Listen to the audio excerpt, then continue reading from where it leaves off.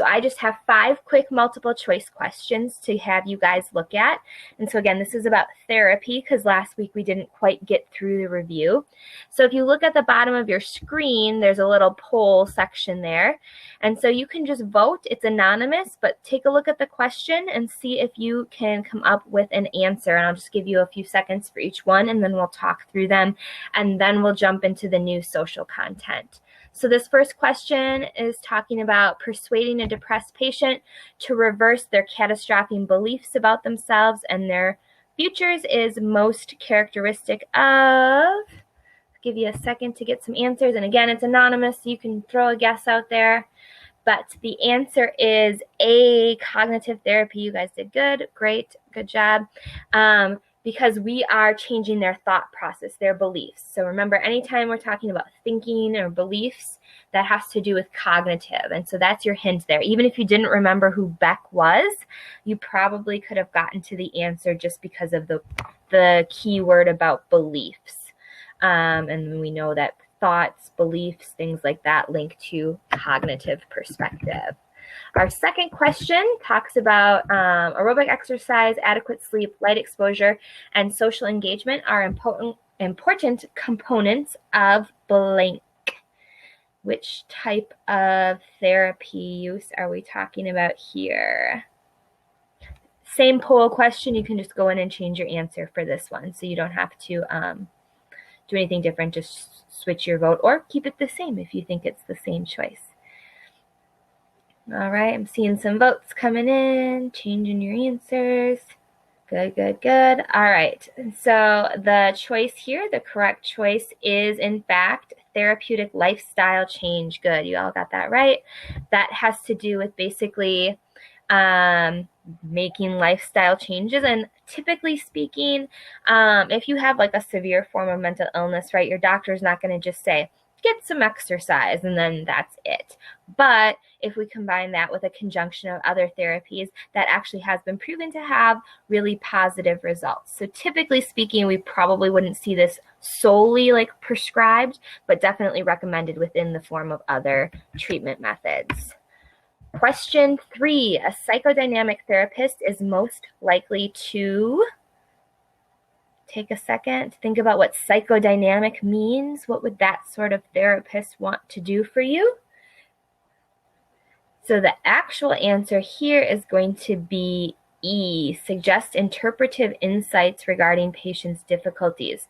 Remember, a psychodynamic therapist is where you're like laying on the couch and you're just talking, like either doing free association, and then they are helping you associate those words, those things that you're saying, with possible hidden or buried emotional things in your subconscious or in your unconscious. And so that's one of the reasons psychodynamic therapy is sometimes controversial, because it relies heavily on the therapist's interpretation of your thoughts and of your words. Question 4. Jonathan is afraid to ask a girl on a date, so his therapist instructs him to relax and simply imagine he is reaching for a telephone and then eventually calling a potential date. The therapist's technique best illustrates the process of. Good, yeah, I'm seeing some good answers. Systematic desensitization, and so we talked about that last time. A lot of with phobias, that is what we will use. You'll slowly start to build up to whatever the desired behavior is. First, he's going to think about calling a girl, and then eventually he'll get up to actually calling the girl and asking her out on a date. And so we slowly desensitize you. There's a lot more steps to it, but that's the gist of what this question is getting at. All right, and then question 5. This is a tricky question. We didn't talk a ton about medication, but it does sometimes pop up on the test. Dual action antidepressants work by increasing the availability of which 2 neurotransmitters? We did briefly talk about these last time, but not necessarily together as dual action. All right, yep, the correct answer here is A. It's going to be norepinephrine and serotonin. So remember with antidepressants, there was 2 main categories we talked about.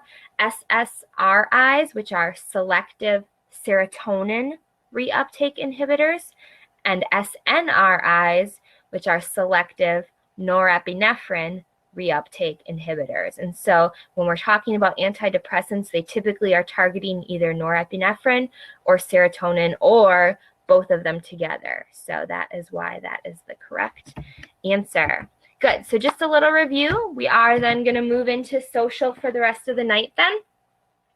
So the unit focus for social psych is on how our social nature as animals leads us to interacting with other people, how we engage, how we find comfort, how we experience love, conflict, all of those different things. And then it will also get into things like how our expectations influence our thoughts, how we end up with stereotypes and prejudices, different patterns of behavior, things like that.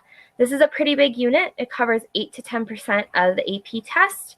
And then today's focus in particular are going to be on the concepts of conformity, obedience, attitudes, and the fundamental attribution error. So that's where we're headed today.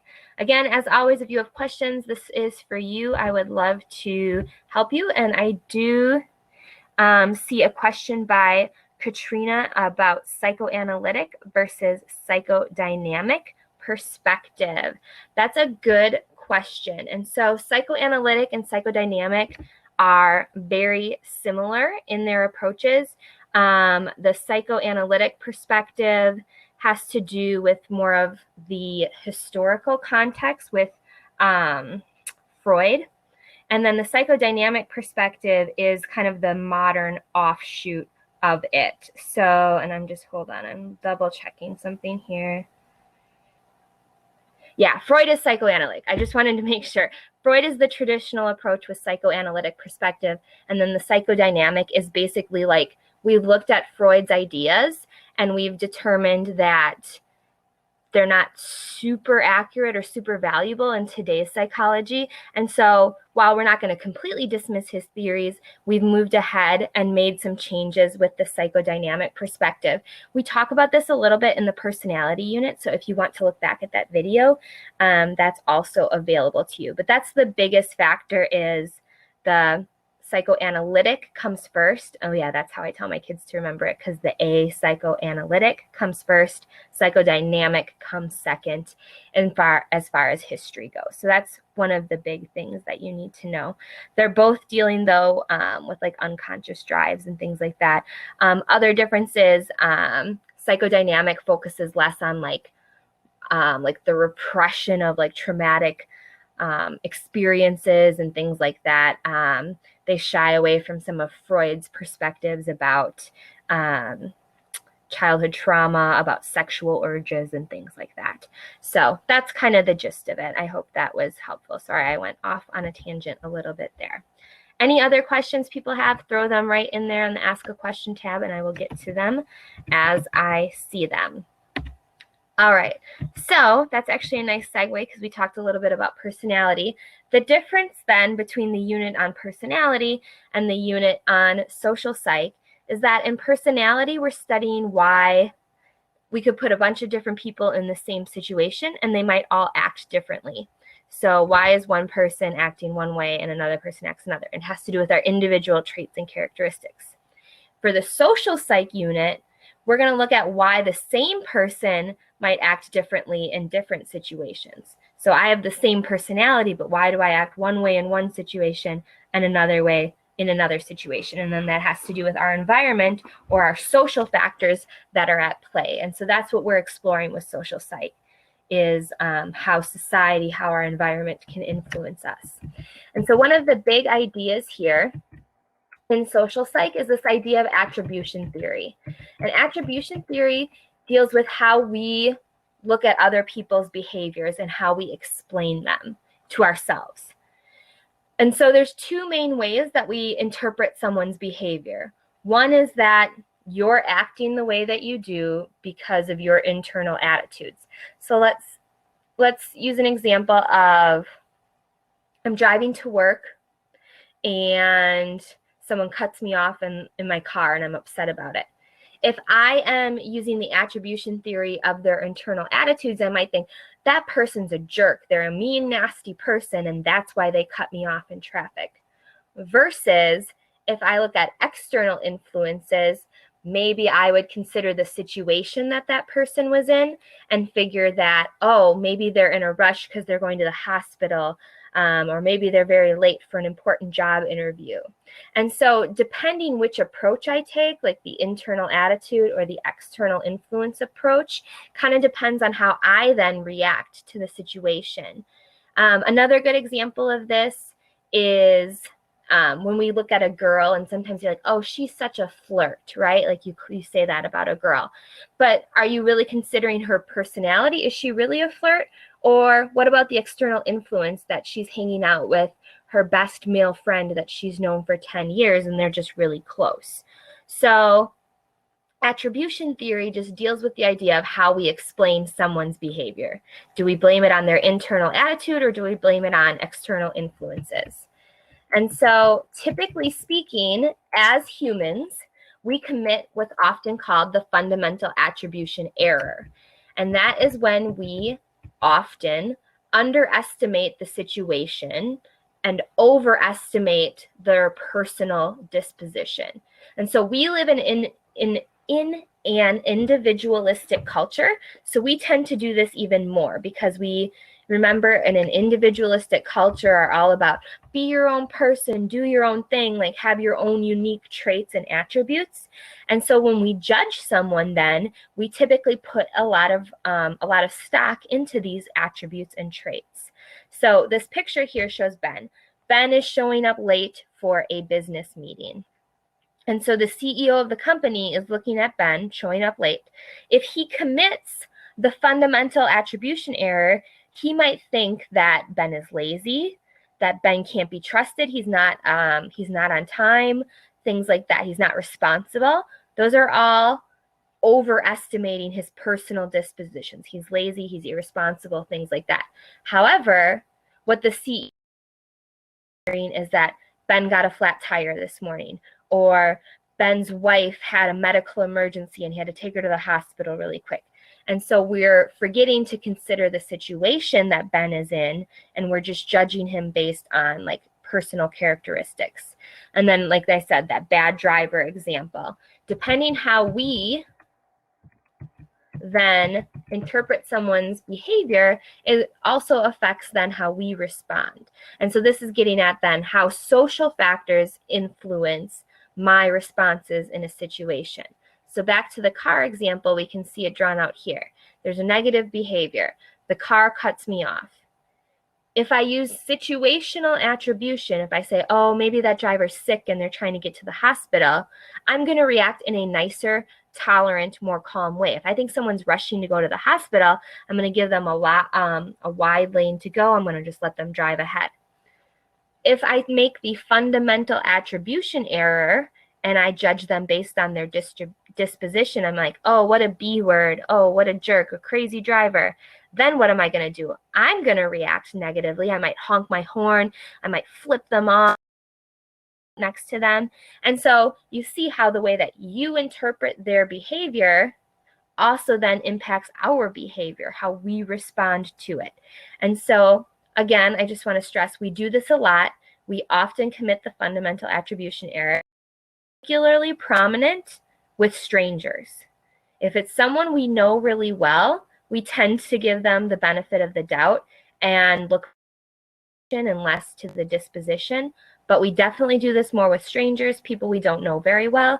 And it's something that we should all kind of consciously be aware of and adjust, try to adjust our thinking or our thought process around.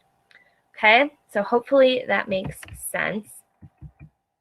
And so our attitudes then, our beliefs about things, obviously, like we just saw, do impact our behaviors. So in that situation, my attitude towards that driver impacted how I responded to that driver. And so the definition of attitudes is here, which is just our beliefs or feelings that predispose our reactions to objects, people, and events. So my belief in this scenario might be that sharks are scary.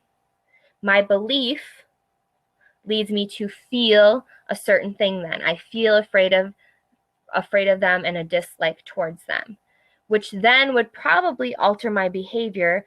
Maybe I'm won't go in the ocean then because of my attitude towards sharks, or things like that. So your beliefs impact your actions. That's kind of the key here. So the beliefs that we hold impact our actions in various scenarios. We can see this even further through advertising. And so these two are very important methods of the ways that attitudes affect our actions. So peripheral route persuasion refers to this idea that we're influenced by incidental cues, such as a speaker's attractiveness. So if you look at the Guess ad, which is in the lower left-hand corner here, there's this girl posing provocatively. She's wearing like short shorts and a crop top and whatever. She's advertising perfume. This ad really doesn't have anything to do with perfume, but it's a pretty girl trying to sell you a product. That's peripheral route persuasion. We're influenced by her attractiveness, by her sexy pose, things like that. We're not influenced about anything to actually do with the perfume. It's all of the incidental factors. Another example of peripheral route persuasion would be like celebrity spokespeople. So like LeBron James tries to sell you, I don't know, does he advertise for Nike? So he wears Nikes too. Nothing to do with the actual shoe itself. Those are all peripheral cues, things about, oh, he's popular, so I'm going to do that too. So our attitude, which is like our belief about LeBron James or about this sexy woman, impacts our action, which is to buy this perfume or to buy this shoe. And that is peripheral route persuasion. Sometimes ads also use central route persuasion, and that's when we focus on the actual arguments at hand. This Galaxy ad over here is an example of central route persuasion. It's comparing for you. It's hard to read, I apologize. But on the right-hand side, it's a list of all of the great qualities that the Galaxy has. And on the left-hand side, it's telling you what the iPhone has to compare.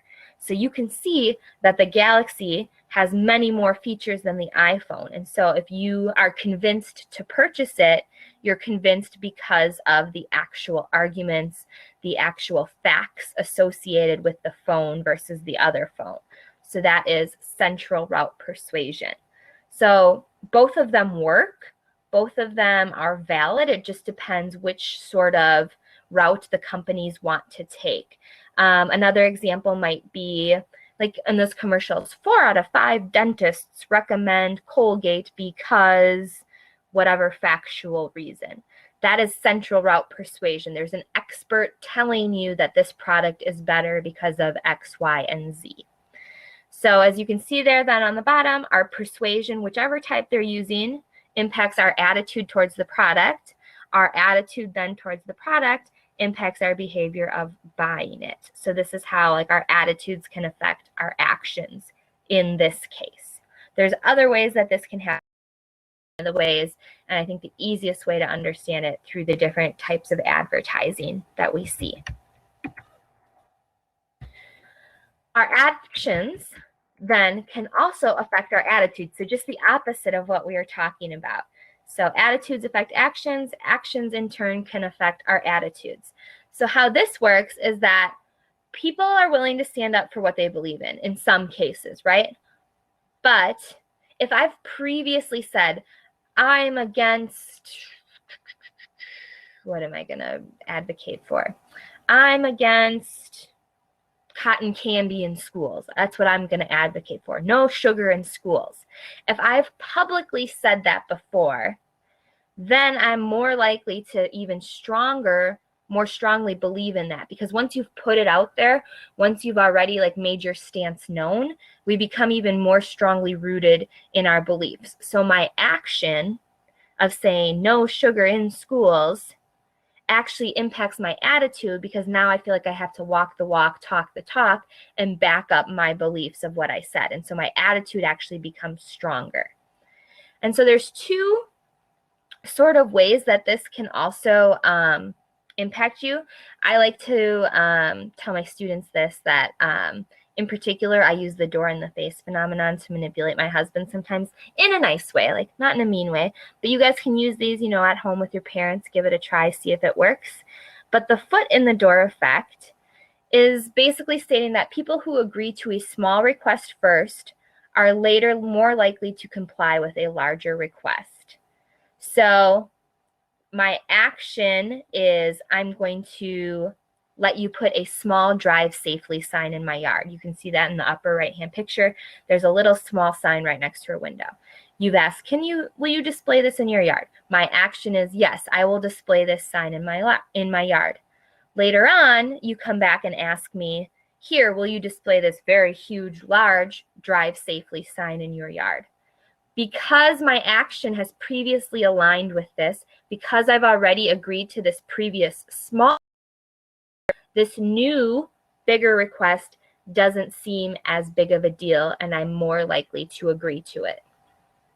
So once you've previously agreed to a small request, you're later more likely to comply with a larger one because your action has then impacted your attitude towards that thing. It becomes stronger. So you could use this like with prom coming up. Maybe you want to stay out really late with your friends. And let's say your curfew is normally 11 p.m., but you want to stay out till 2 a.m. Instead of just straight up going, Mom, can I stay out till 2 a.m.? Maybe a couple weeks before prom, you're like, oh, can I stay out till midnight? And if Mom, you stay out till midnight, she's more likely later on to let you stay out even later because that first smaller request didn't seem like such a big deal. Obviously, this doesn't work all of the time. I'm not promising you're going to get to stay out late for prom, but that's just an example of how that could work as well. So building yourself up to that bigger request. The opposite-ish of foot in the door phenomenon is door in the face phenomenon. And that's when you ask for something really large and outrageous first, you know you're going to get shut down, and then you ask for a more reasonable request later on, which is more likely to get a yes. So I do this with my husband sometimes. He's kind of a homebody. And so if I want to go do something on the weekend, sometimes I'll be like, I want to go to the zoo, and then let's go out to dinner, and then let's go catch a movie. And I'll be like, let's do all of these things on Saturday. And that like totally is like, oh, overwhelming to him. He doesn't want to do that. So in reality, maybe I just want to go to the movies. But I ask him to do 1, 2, 3, all of these things with me. And then later on, I'll be like, oh, well, fine. Let's just compromise by just going to the movies. So then that smaller request of just going to the movies doesn't seem like such a big deal. He's more likely to agree to that request. Same thing. If you need to borrow money from your parents, maybe you only need $20, but you're not sure your parents will say yes. Maybe you say, hey, Mom, can I borrow $100? I really need to get this new pair of leggings that I want. Mom is going to say no. Then like the next day you say, oh, shoot, Mom, I know you said no to the $100, but I could really use $20 to put gas in my car. Then that smaller request doesn't seem like such a big deal. Mom is going to be more likely to give in to that. So foot in the door is you start small and build up to big. Door in the face is you start big and then work your way down to the actual smaller request that you want. And so either way, your actions are impacted then by your attitude and the. All right. And then this experiment is often referenced in my psych textbook, so I just want to make sure that you guys all are familiar with it. I guess it's not really an experiment. A study would be probably the better choice. So they're studying actions and attitudes here. They polled 156 housewives. In an experimental group, remember the experimental group is the group that gets something manipulated or done to it. They called them first and they said, hey, can you tell us what sorts of household products are you using? Lysol, Clorox, whatever household products you're using. In the control group, there was no initial contact. Then, about a week later, they called all of the women and then they said, can someone come to your house and catalog all of your household products? The experimental group, the group that had already agreed to talk on the phone about it, 52.8%. In the control group, only 1% complied with that larger request. So we could see that there was a significant difference with the foot in the door phenomenon. The group that had the smaller starting request were then more likely to agree to the larger request later on. Okay, so just make sure you kind of know that. I don't know if that's one they'd ask about on the AP test. It's just one that I see referenced pretty regularly. Another important part about our attitudes then is role playing, the personas that we take on.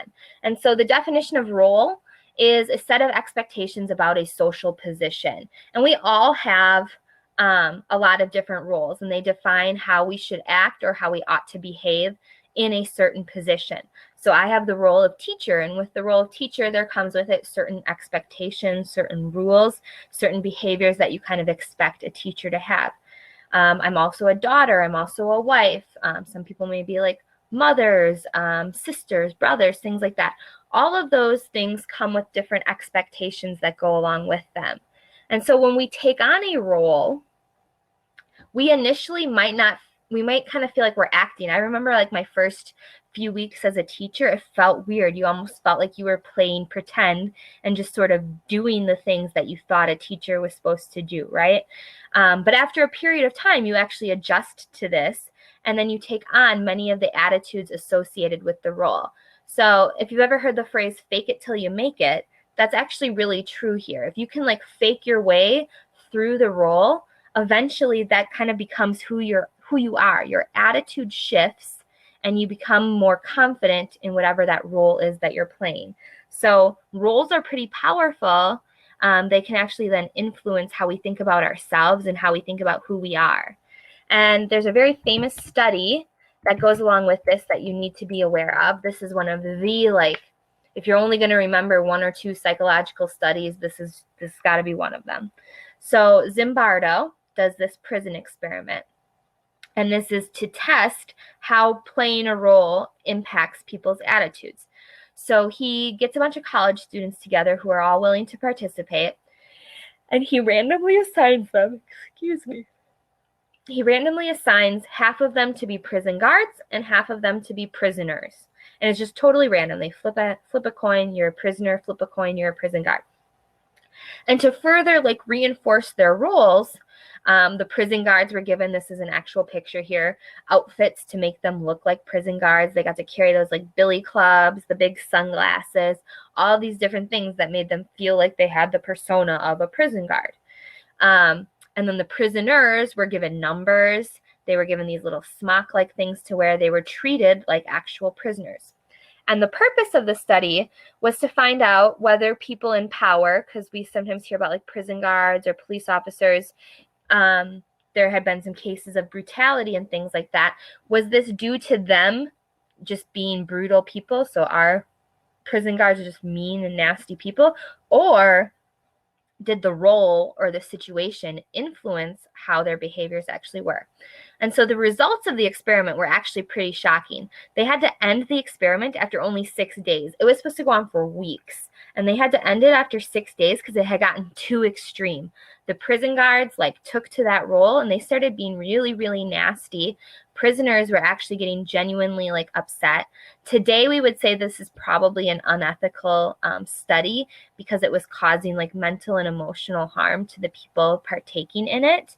But basically what it showed us is that people will actually quickly conform to the role they're expected to play, even if they know it's for a study or an experiment. As you start to take on that role and you start to display those attitudes, you really start to gain those beliefs. And so the prison guards were really mean. They would put people in solitary confinement. They would yell at them. They would dehumanize them. They were making people cry. It really was an extreme situation. And it just shows how powerful taking on a role then actually is in altering how we believe or how we have our attitudes in a situation. So make sure you know the gist of the experiment, the prison guards versus the prisoners, and then how it showed the importance of role playing. That's kind of the big idea there. So now we're going to talk a little bit about something called cognitive dissonance theory. And so what cognitive dissonance theory states is that we want to reduce the discomfort we feel when our thoughts and actions are inconsistent. So that sounds confusing, but we'll talk through it to give you some examples. So let's say, for example, we'll go back to my sugar thing that I was talking about before. My best friend is campaigning at the high school to not allow cotton candy because it's not healthy. So she's telling me, Megan, you need to help me. We're going to ban cotton candy from Middleton High School. And I personally am like, well, geez, I eat cotton candy all the time. I really like it. It's sugary, it's sweet, it's delicious. But you're my friend, so I will outwardly help you. So inside, my beliefs are that my cognition, my thoughts are that I really like cotton candy. Outward, I'm going to help my friend campaign to ban cotton candy from the school. What happens is then cognitive dissonance. I feel internally a tension or a discomfort because my internal thoughts and my external behaviors don't match up. There's like a discrepancy there. So, according to cognitive dissonance theory, we often will actually change our beliefs to match our outward. Because once we've put something out there, remember, it becomes stronger and more of a held belief for us. And so eventually, I might actually start to agree with my friend and be like, yeah, cotton candy's gross. I really shouldn't eat it. It's full of too much sugar. It's going to give me cavities. And so I'll actually change my belief process. I might actually stop liking cotton candy because I've committed outwardly to campaigning against it and helping my friend. So we reduce the dissonance or the tension that we feel by changing our thoughts. Another example here shown is Fiona. Fiona thinks that the tuition at her college is too high. However, she's assigned a role. Her job at the college is to help fundraise for the school because the school needs money. So her attitude is like, gosh, the tuition's already too high, but her behavior is telling her to go out and earn more money for the school. So in order to reduce the tension that exists between those conflicting ideologies, Fiona resolves it by actually being like, well, the school has a point. You know, they could use some more funding for research and things like that. And so she changes her beliefs to match her outward behavior of campaigning for money for the school. It doesn't always go this way and it doesn't always work that way, but that's the basic gist of cognitive dissonance. And there's a famous study. So this one, this unit has a lot of the big psychological studies in it. So you need to know for cognitive dissonance that it's associated with someone named Festinger. And what Festinger's study on cognitive dissonance is he put people in a room, kind of like the guy pictured here, and he just had them turning wooden pegs for like an hour. He had to do this whole task for like an hour. You just turn these wooden pegs in these boards. Super boring, super menial, and the people didn't like it, right? It was boring. Why am I doing this? After you were done doing this task, he then asked the participants to go out into the hall and tell the next person in line about the task and that it was fun. The people out in the hall were Confederates. So just as a reminder, a Confederate is like someone who's in on the experiment.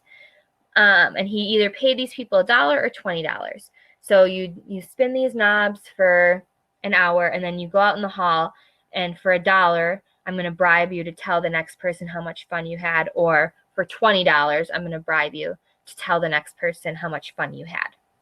And so then what he found is that when he reflected with the students afterwards, those that were paid the $1 reflected more positively on the experiment than those who were paid $20. What this shows, and this is a little confusing, but that being paid $1 wasn't enough to make you feel like lying was okay, right? Because it's such a small amount of money.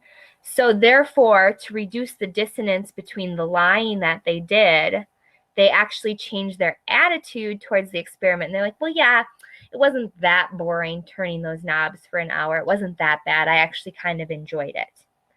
The people who were paid the $20 didn't experience cognitive dissonance because $20 is a lot more money, and they felt like it gave them a reason to lie where they didn't need to like justify it. It didn't make them feel bad about like lying, and so they didn't have to have that dissonance.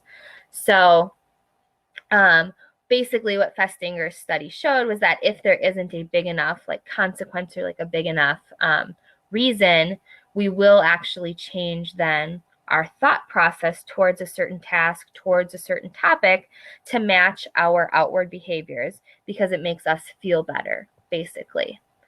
So that is an example of cognitive dissonance in practice.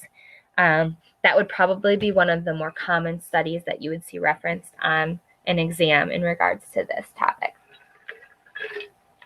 All right, couple more studies to get through, and then we have an FRQ to practice as well. So please ask questions if you have them, but we're going to keep cruising through here. All right, social influence then deals with three main ideas here: conformity, social norms, and obedience. And so conformity is a big topic in this unit. And just to like define it, I think we all kind of know what it means, but basically we adjust our behavior or our thinking to coincide with a group standard. So I might conform to dressing a certain way at my school because everyone else dresses that way. I might change my political beliefs if my entire group of friends believes a certain way. I conform to meet that standard. This can happen in a lot of ways too. It doesn't have to be big, broad scale things.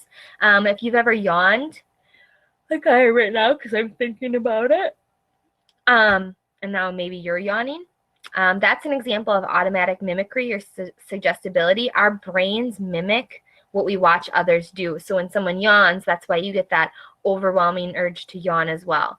Sometimes if someone's playing with their hair, we sometimes start to play with our hair. We do these things subtly. These are like subtle forms of conformity where we maybe aren't even realizing what we're doing. It's just like a basic kind of human behavior that happens.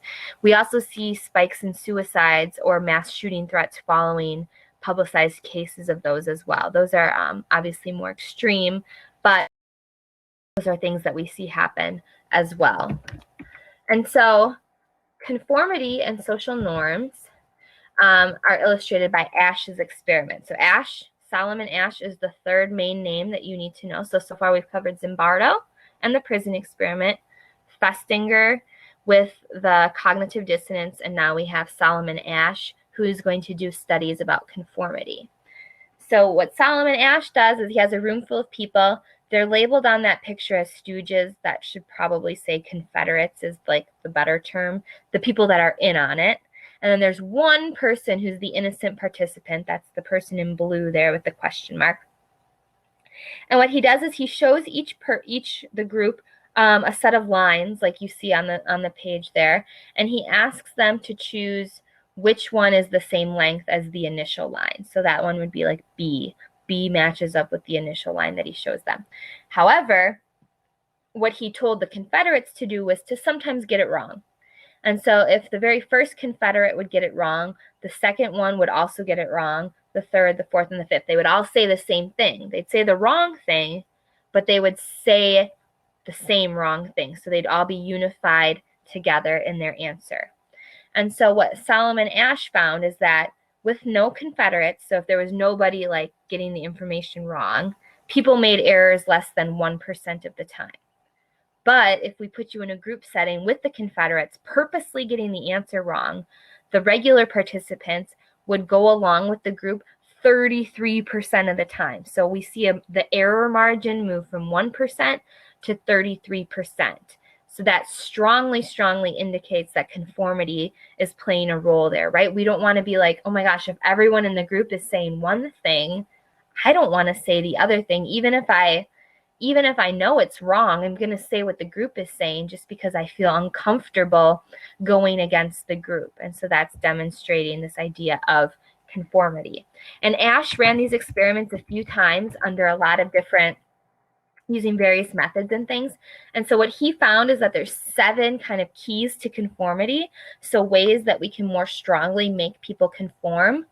First is that we have to make someone feel incompetent or insecure. So if everyone else is saying something against you, you start to question yourself. You start to feel insecure. You start to feel wrong. That makes you more likely to conform. The bigger the group makes you more likely to conform. So the more people doing something makes you more likely. The group has to be unanimous. So if everyone is saying the same thing, you're more likely to go along with it. He actually found that even if one person in the group went against the group, you were more likely then to feel safe, whatever you felt, without having the pressure of conforming. We also have to admire the group's status and attractiveness. So it's people that we have to like feel like they're our peers. We're kind of on the same playing field as them. We have to be in front of other people. We have to come from a culture that encourages respects for social standards. So those are all different things that he tried out in various ways in his experiment, and he found that those strengthened conformity. But the overall gist of it is that people were willing to knowingly answer incorrectly just to match the group standards. So that feeling of wanting to fit in and wanting to not be seen as different was very strong and very powerful. So why do we conform? And there are two main methods, I guess you could say, for why we conform. The first is normative social influence. So this comes from us wanting to fit in, to gain approval, to avoid being made fun of. And so I think of this as like the Mean Girls thing, right? On Wednesdays, we wear pink. I wear pink because I don't want to be laughed at. I don't want to be made fun of. I want to be seen as part of the in crowd, as part of the group. My cotton candy example, I want to go along with what my friends are saying about cotton candy being bad, so I'm going to jump in on that bandwagon and want to fit in too.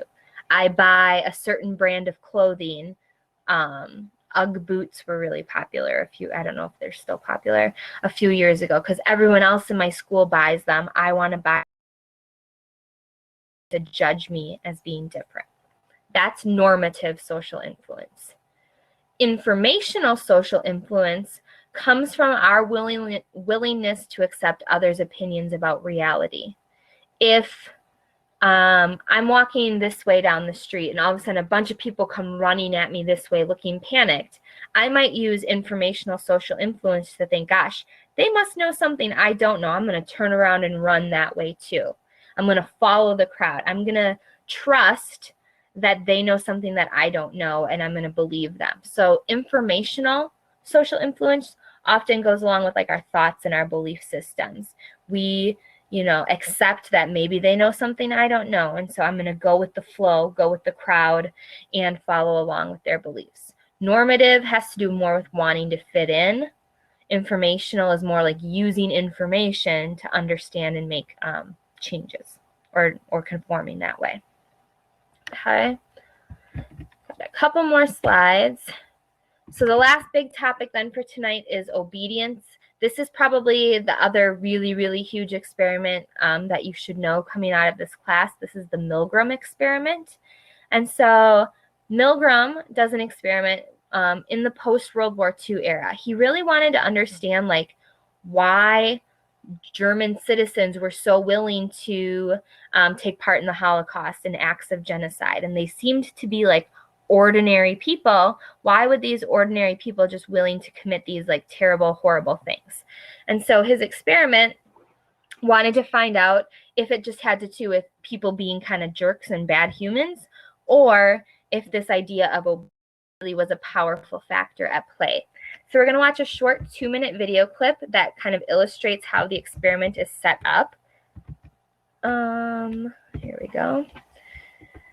Let me know if the sound isn't working, but I'm going to play this for you. A decade earlier, psychologist Stanley Milgram had also looked at how we respond to authority. In order to understand how people were induced to obey unjust regimes and participate in atrocities such as the Holocaust, he set up an experiment. Volunteers were told they were taking part in scientific research to improve memory. You open those and tell me which of you is which, please. Teacher, where? Separated by a screen, The teacher would ask the learner questions in a word game and administer an electric shock when the answer was incorrect. He was told to increase the voltage with each wrong answer. Cloud. Horse. Answer. Wrong. 150 volts. Answer. Horse. Experiment. That's all. Get me out of here. Get me out of here, please. Continue, please. Go right ahead. Let me out. The experiment requires you continue, teacher. Please continue. Participants didn't know that the learner was really an actor, and the so-called shocks harmless. You're going to get a shock. 180 volts. I can't stand the pain. Let me out of here. Stand it. I'm not going to kill that man. I mean, who's going to take the responsibility if anything happens to that gentleman? I'm responsible for anything that happens here. Continue, please. All right, next one. Slow. Walk, dance, truck, music.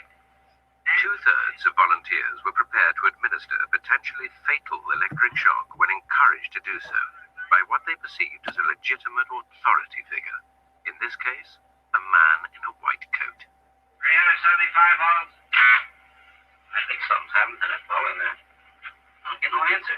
He was hollering a less voltage. Can't you check in to see if he's all right, please? Milgram's findings horrified America.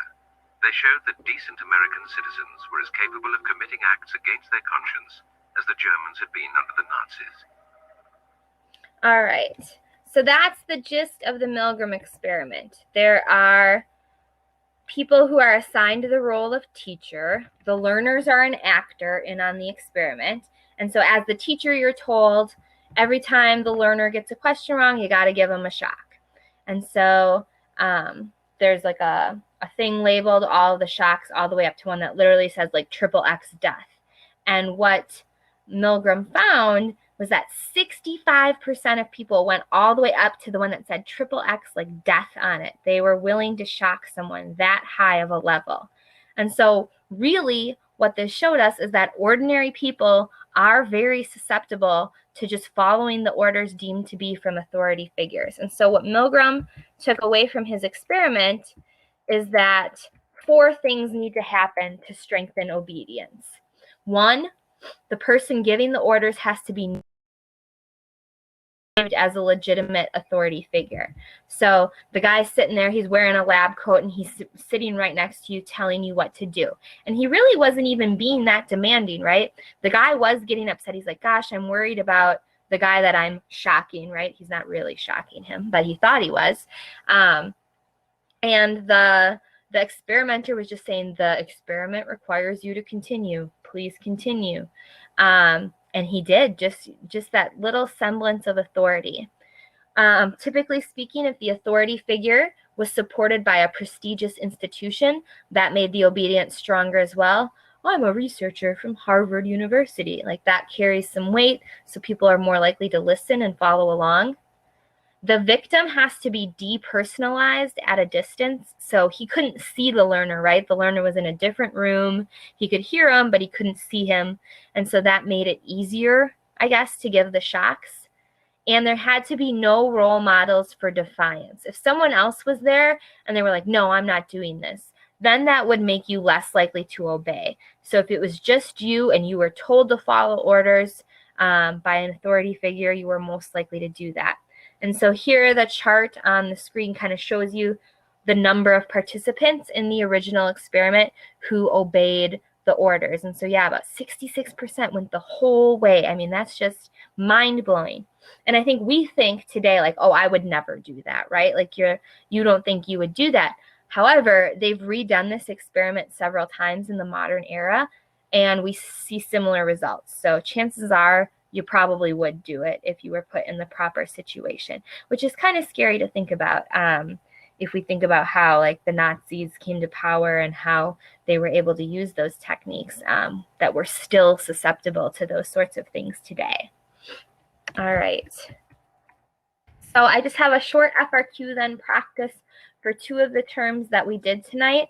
The situation states that Maria and her friends are hanging out after school. along comes a young woman who is clearly mentally and physically handicapped, who is struggling to get herself up some steps to a nearby restaurant.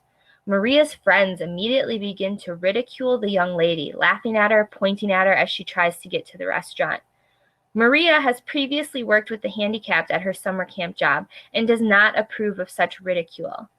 Despite her misgivings, Maria joins in with her friends, though she tries to stay out of sight of the young woman by hiding behind her friends. Define each of the following concepts, then describe how each relates to Maria's actions. So, as always, we just start by defining the term, and then we need to apply it to the scenario.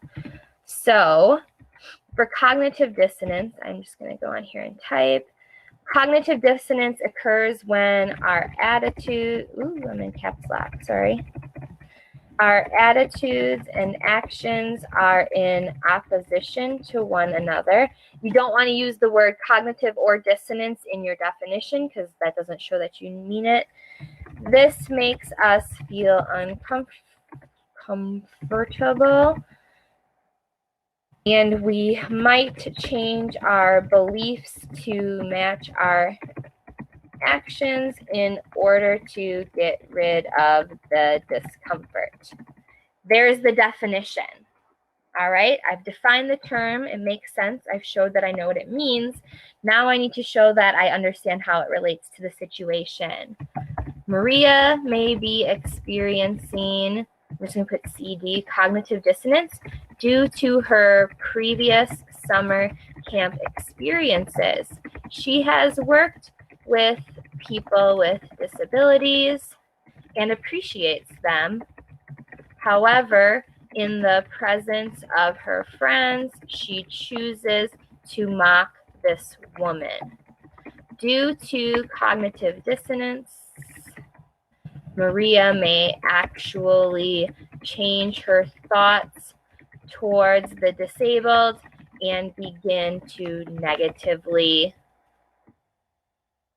think of them in order to reduce the conflict between her thoughts and actions. So in there, I have defined the term, talked about what it means. I then talked about how Maria in this situation is probably feeling that discomfort because I've labeled both her thoughts. You know, she's worked at a summer camp. She thinks highly of the disabled. However, her actions are not showing that. And then I talked about how would this impact then Maria? Well, cognitive dissonance states that we would change our thoughts. So Maria then probably might start to actually then think negatively of this disabled person because of cognitive dissonance, making her feel that tension or that discomfort. So that would have been a good response for that question. Okay, and then for normative social influence, I'm just gonna duplicate this slide here and then do this.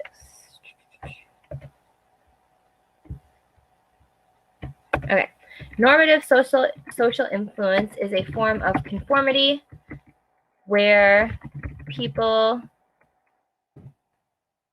believe or do something in order to fit in with the group.